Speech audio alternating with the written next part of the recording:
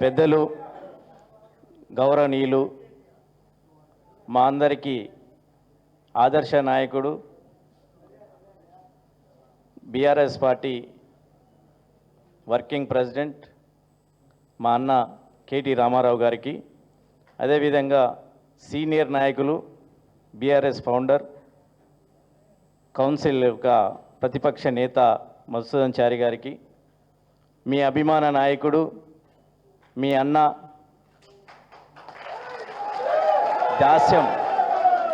దాస్యం అంటే నేనున్నా అని మీ అందరి ముందు మీ గుండెల్లో నింపుకున్న మన మాజీ ఎమ్మెల్యే చీఫ్ విప్ దాస్యం వినయ్ భాస్కర్ గారికి, యాదవ్ రెడ్డి గారికి, అదేవిధంగా వాసుదేవరెడ్డి గారికి, ఇక్కడ ఉన్న కార్పొరేటర్లకు, స్టేజ్ పైన అందరికీ కూడా పేరు పేరున, ముఖ్యంగా మన కేటీఆర్ని కలవాలి, కేటీఆర్తో మేము ఫోటో దిగాలి, అదేవిధంగా మా సమస్యలు చెప్పాలి. అత్యధికంగా ఫోటో కోసం ఎక్కువ హుషారుగా వచ్చారు. ఎందుకంటే గుండెల్లో అన్న ఫోటో రోజు చూసుకొని మేము రోజు ఫోటోలో చూసి అన్నని యొక్క స్ఫూర్తి తీసుకొని వరంగల్ వెస్ట్లో యుద్ధం చేయాలన్నది తీసుక మీ దాన్ని కలవడానికి వచ్చిన మీ అందరు కూడా పేరు పేరు నమస్కారాలు.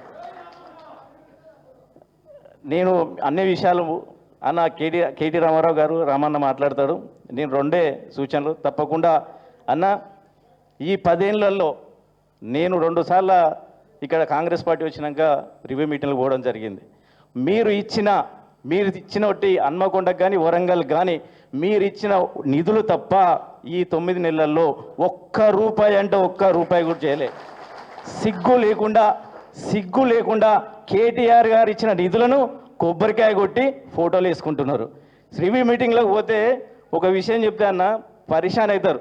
వరంగల్ మంత్రి గారు కొండా సురేఖ గారు, పొంగులే యూనివర్సిటీ గారు ఇన్ఛార్జి మినిస్టరు రివ్యూ చేస్తుంది. ఆమె అడుగుతుంది, మా బస్ స్టాండ్ ఒకటే ఫ్లోర్ టెండర్ అయిందన్న, ఇంకా 2 ఫ్లోర్ టెండర్ అంటే ఒక్క ఫ్లోర్ చాలు, పైసలు చూసుకోవాలంటు మంత్రి అడిగితే, అన్న సెల్లార్ బస్ స్టాండ్ ఏం చేసుకోవాలి అని అంటుంది. పైసలే అమ్మతారా, ఫస్ట్ సెల్లార్ అయితే కట్టు అంటాడు.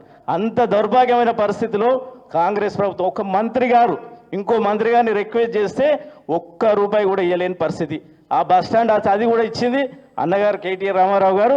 ఆ రోజు 20 కోట్ల రూపాయలు ఇచ్చిన శాంక్షన్ తప్ప ఒక్క రూపాయి ఇవ్వలే. ఈరోజు కాలోజీ కళాక్షేత్రం కంప్లీట్ చేసిన అంటారు. కేటీఆర్ గారి డైరెక్షన్లో వినయన్న మేము అందరం కలిసి పూర్తి చేస్తే దాన్ని మేము కట్టినాం. ఇప్పుడు ఓపెనింగ్ కోసం మళ్ళీ ముఖ్యమంత్రి వస్తున్నట్ట మాకు సిగ్గు అనిపిస్తుంది. కట్టింది ఎవరు, చేసింది ఎవరు, వీళ్ళు వచ్చి ఇప్పుడు కొబ్బరికాయ కొడతారట. కనీసం ఆ మీటింగ్లో కాళోజీ గారి విగ్రహం ఎక్కడ పెట్టాలో తెలియకపోతే నేను రివ్యూ మీటింగ్లో చెప్పిన, కాళోజీ గారి విగ్రహం పూలదండ వేయడానికి ముందుగా కాళోజీ కళాక్షేత్రం మా కేటీఆర్ గారు చూపించారు. డ్రాయింగ్ చూసుకోండి, ఆ డ్రాయింగ్లో ఏ విధంగా ఉందో ఆ విధంగా రాకపోతే మేము ధర్నా చేస్తామని చెప్పడం జరిగింది. చచ్చుకుంటా మేము ఏదైతే సూచన చేసినామో ఆ సూచన ప్రకారంగా చేసారు. వాళ్ళకి ఎక్కడ పెట్టాలో మీద తెలియదు, ఎందుకంటే ఉద్యమం నుంచి వచ్చిన వాళ్ళు కాదు కాబట్టి. మనం అదేవిధంగా వైకుంఠ ధామం కావచ్చు, మొన్న చెప్తారు కెనాల్ మొన్న వర్షాలు పడితే వరదలు వస్తే ఒక్క చుక్క రాలేదు, మేము వచ్చినాక చూసినా నీళ్లు రాలే అంటారు. మీరు వచ్చినందుకు కాదు, పోయినసారి 2 సంవత్సరాల క్రితం వరదలు వస్తే వినయ్ భాస్కర్ గారు కేటీఆర్ గారు వచ్చి తిరిగి గల్లీ మురికి వాడలలో నాలా దగ్గర తిరిగి అక్కడ కావలసిన నిధులు దాదాపు 350 కోట్ల నిధులతోటి శాంక్షన్ చేసి యుద్ధ ప్రాతిపదికన 8 నెలల్లో కంప్లీట్ చేస్తే ఈరోజు ఒక్క ఇల్లు కూడా మునగకుండా నీళ్లు సాఫీగా పోవడానికి సహకారం చేసింది కేటీఆర్ గారు. ఇప్పుడు వాళ్ళు వచ్చి చెప్పుకుంటున్నారు, ఇక మేము వచ్చినాం, మేము కాలువలు వేసినాం, 8 నెలల్లో ఒక్క రూపాయి శాంక్షన్ తీసుకురాలే, ఒక్క పైసా తీసుకురాలే, ఒక టెండర్ విలువలే, ఇప్పటి వరకు పనులు మేము చేసినామని చెప్పుకుంటున్నారు. కాబట్టి కార్యకర్తలు, లీడర్లు మీరు అందరు కూడా కేటీఆర్ గారు ఇక్కడ రాష్ట్రంలో రేవంత్ రెడ్డి గారి మీద ఒంటి కాలు మీద లేచి ఏ విధంగా పోరాటం చేస్తున్నారో మీరు అందరు చూస్తున్నారు. ఆ విధంగా కూడా ప్రతి కార్యకర్త కూడా మీ కాన్ఫరెన్స్లో మీ వాడలో ఏం పని జరిగింది, ఏం జరగలేదు అనేది నిలదీయాలి. ఎక్కడికైనా పోతే ఫోటో దిగి ఇగో మా ఆయాంలో వినయ్ భాస్కర్ గారు కొబ్బరికాయ కొట్టాడు, ఈ పని జరిగిందని చెప్పాలి. మనం ప్రజలకు సోషల్ మీడియా ద్వారా కావచ్చు, పత్రిక ద్వారా కావచ్చు, మీరందరూ కూడా ఆ వివరణ ఇస్తే ఆ ప్రజలందరికీ కూడా తెలుస్తుంది. మనకు రాలేదు కదా, మనకెందుకులే, వినయ్ భాస్కర్ గారు మాట్లాడుకుంటారు, ఆడ కేటీఆర్ మాట్లాడుకుంటాడు, ఇక్కడ ఎవరు మాట్లాడుకుంటారు అంటే ప్రజలకు తెలియదు. ఇంకా కూడా ప్రజల్లో మీ సిటీ ప్రజలు ముఖ్యంగా మీ సిటీ ప్రజలందరూ కూడా హన్మకొండ ఉన్న వారు కూడా ఎక్కువ సోషల్ మీడియా పత్రికలలో ఎక్కువ చూస్తారు కాబట్టి దయచేసి ప్రతి కార్యకర్త మనం చేసిన కార్యక్రమాలతో పాటు ఇవి కూడా ఖచ్చితంగా ప్రజలకు తీసుకుపోవాలి. మనం ఏమేం చేసినాం, వాళ్ళు ఏమేం చేస్తున్నారని వివరణ ఇవ్వాలని ఈ సందర్భంగా మీ అందరికీ కూడా తెలియజేస్తున్నా. అన్న వినయన్న గారు కూడా ఒక సూచన, పాత వినయన్న బయటికి రావాలి.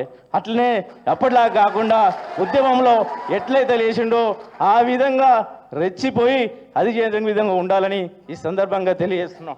ఎందుకంటే మొన్న కౌన్సిల్ అన్న లాస్ట్ టైం కౌన్సిల్లో ఫుల్ ఫైట్ చేసినామని చెప్పి నిన్న కౌన్సిల్లో 10:30కు ఉంటే నాకు 9:30కి మెసేజ్ ఇచ్చారు. 9:30కి కావాల్సి హైదరాబాద్ నుంచి రాడు, కావాల్సి ప్లాన్ చేసుకొని ఆమె ఒక అవినీతిని బయట పెడతానని కార్పొరేటర్లకు కూడా నేను వస్తున్నా అనుకున్నారు. వాళ్ళు కూడా నాకు సరిగా టైంకి సమయం నాకు మెసేజ్ ఇవ్వలేదు కాబట్టి పోలేదు. ఖచ్చితంగా నెక్స్ట్ మీటింగ్కి ఖచ్చితంగా వస్తా. వాళ్ళు చేస్తున్న అవినీతిని ఖచ్చితంగా బయట పెడతాం. వాళ్ళు ఏమేమి పనులు చేసిర్రు, ఏమేమి తీసుకొచ్చిర్రో ఖచ్చితంగా మీ అందరికీ తోడుగా ఉంటా. తప్పకుండా మీరు ఎప్పుడు పిలిచినా వస్తా. అదేవిధంగా సీఎం రిలీఫ్ ఫండ్ కోసం మన ఎమ్మెల్యే లేడని మీరు అవసరం లేదు. మనం రామ్నగర్లో ఆఫీస్ ఉంది. మీ అందరూ కూడా సీఎం రిలీఫ్ ఫండ్ ఏది వచ్చినా వినయ్ అన్న ద్వారా తీసుకొస్తే ఖచ్చితంగా మీ అందరూ కూడా అందజేసే కార్యక్రమం చేస్తానని తెలియజేస్తూ సెలవు తీసుకున్నాం. Thank you.